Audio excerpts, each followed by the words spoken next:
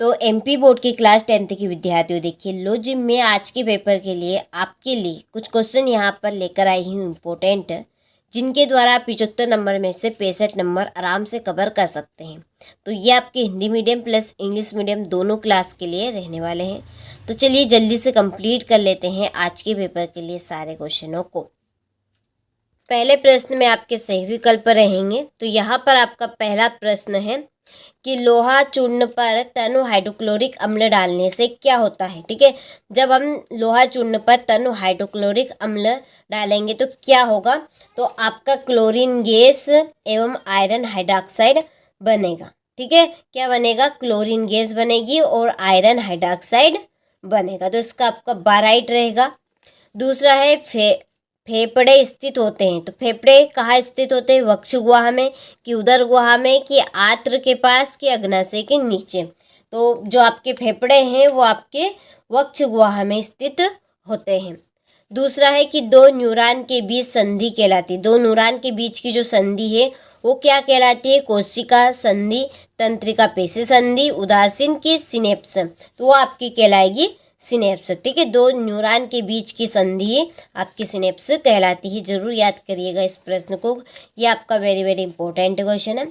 चलिए, चौथा है विभवांतर मापन यंत्र है। तो विभवांतर मापन यंत्र है आपका वोल्ट मीटर।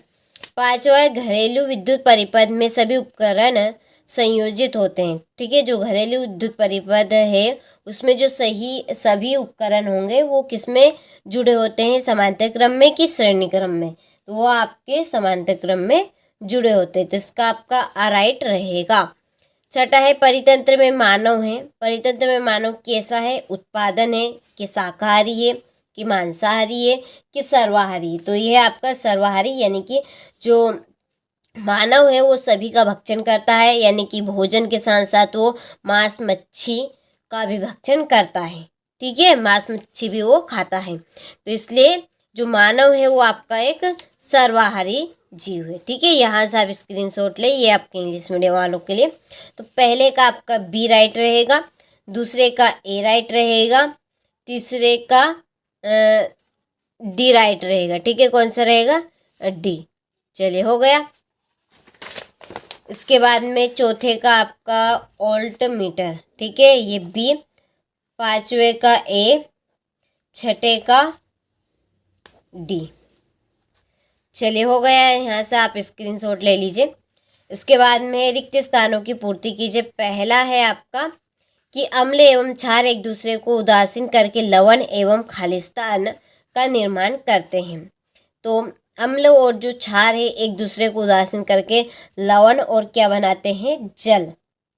ठीक है, जल का निर्माण करते हैं। दूसरा है खालिस्तान यौगिकों में समावयवता का गुण पाया जाता है, कार्बनिक। ठीक है,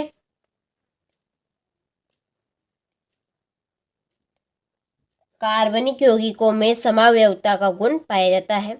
तीसरा है पलकों का झपकना खालिस्तान क्रिया है। तो यह आपकी प्रत्यावर्ती क्रिया है। कौन सी क्रिया, प्रत्यावर्ती क्रिया। चौथा है खालिस्तान दर्पण की फोकस दूरी अनंत होती है। समतल दर्पण की, किस दर्पण की फोकस दूरी अनंत होती है, समतल दर्पण की।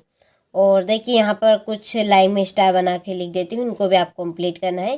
देखिए अवतल दर्पण की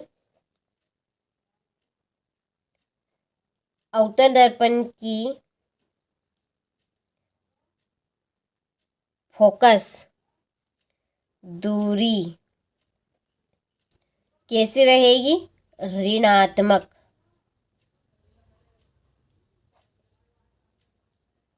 अब उत्तल दर्पण के मैं बता देती हूँ आपको। उत्तल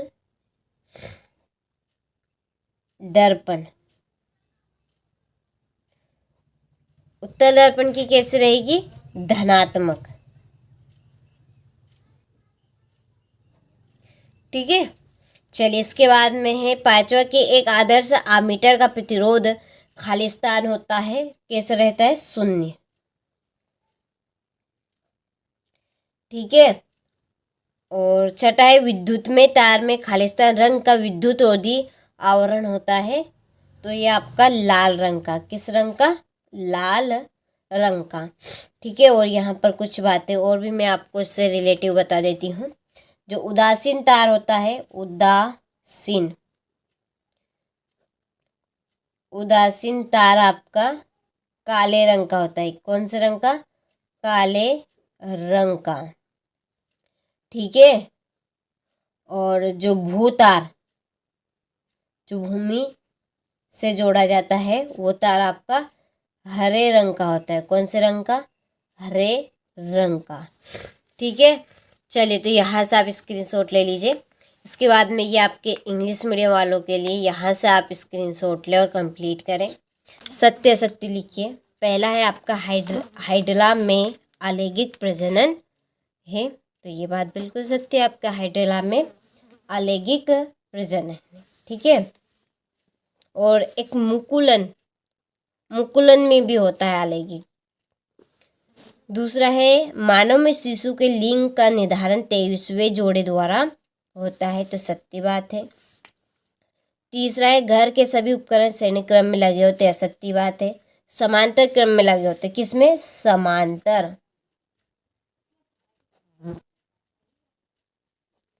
क्रम में। चौथा है किसी परिनलिका के भीतर एक समान चुंबकीय क्षेत्र होता है, तो बिल्कुल सत्य। हल्दी एक प्राकृतिक सूचक है, बिल्कुल सत्य। छठा है सभी हरे पौधे एवं नीले हरित शैवाल उपभोक्ता कहलाते हैं, तो ये आपका असत्य है। तो ये आपके क्या कहलाएंगे? तो फिर उत्पादक। क्या कहलाएंगे? उत्पादक।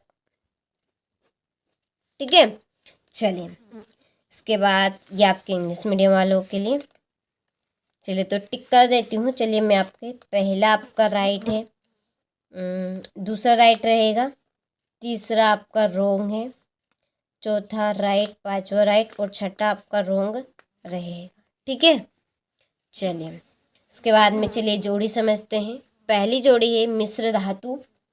मिश्र धातु है आपका कांसा। मछली गलफेडो द्वारा श्वसन। ऑक्सीजन की जोड़ी है पौधों में वृद्धि। ठीक है, क्या रहेगी? पौधों में वृद्धि। टिंडल प्रभाव, प्रकीर्णन और ओजोन परत, पराबैंगनी किरण। उसके बाद मेथेन है CH4। ठीक है, तो चलिए ये आपकी जोड़ी कंप्लीट हो चुकी। इसके बाद ये आपके इंग्लिश मीडियम वालों के लिए, चलिए तो जोड़ी के मैं नंबर डाल देती हूँ आपके, तो आप इनको कंप्लीट कर लीजिएगा। ग्रोथ इन प्लांट्स, ये आपकी कासा CH4 मेथेन। छठी, ठीक है, ये है आपकी चौथी और ये रहेगी आपकी दूसरी। ठीक है, हो गई। चलिए इसके बाद में एक वाक्य में उत्तर कंप्लीट करते हैं। पहला है कि लोहे पर जंग लगना किस प्रकार की अभिक्रिया है, तो ये है आपकी संक्षारण। क्या है? संक्षारण। दूसरी है शुद्ध जल का pH मान क्या है? 7। कितना रहेगा? 7 शुद्ध जल का pH मान। पारे की मिश्र धातु क्या कहलाती है? अमलगम। क्या कहलाएगी? अमलगम। चौथा है प्रजनन किसे कहते हैं? तो प्रजनन तो अपने समान संतति पैदा करना क्या कहलाएगा? प्रजनन कहलाएगा। चलिए तो इसकी डेफिनेशन यहाँ पे मैं लिख देती हूँ। अपने समान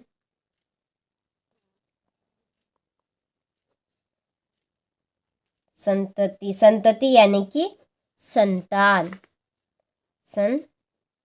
ठीक है, अपने ही समान एक संतान को जन्म देना क्या कहलाएगा? प्रजनन। तो पैदा करना आगे आप लिख लीजिएगा, क्योंकि थोड़ी सी यहाँ पे जगह का अभाव कम है। ठीक है, तो अपने समान संतति पैदा करना प्रजनन कहलाता है। तो आगे आपको इस तरह से लिख लेना है। पांचवें पुरुषों में लिंग गुणसूत्र का नाम लिखे। तो पुरुषों में होने वाला जो गुणसूत्र है वो कौन सा है? तो XY। छठा है मानव नेत्र का सामान्य दूरी बिंदु कितनी दूरी पर स्थित होता है? तो 25, कितनी 25 सेंटीमीटर की दूरी पर। ठीक है, चलिए तो स्क्रीनशॉट आप ले लीजिए और देखिए आपको सारे ही प्रश्न अच्छे से समझ में आ रहे होंगे। ठीक है, तो यहाँ से आप स्क्रीनशॉट ले। हो गया, सॉरी मैंने ये यहाँ पे आपको गलत बता दिया, ये है आपका निकट बिंदु की। ठीक है, ये आपकी निकट बिंदु की जो दूरी रहेगी वो कितनी रहेगी 25। ठीक है, और मानव नेत्रिका सामान्य दूरी, सामान्य दूर बिंदु कितनी दूर स्थित होगा, तो वो रहेगा आपका अनंत पे। किस पर? अनंत पे। यहाँ पे गलती से मैंने 25 लिख दिया था। ठीक है, हो गया। चलिए आगे बढ़े अब हम।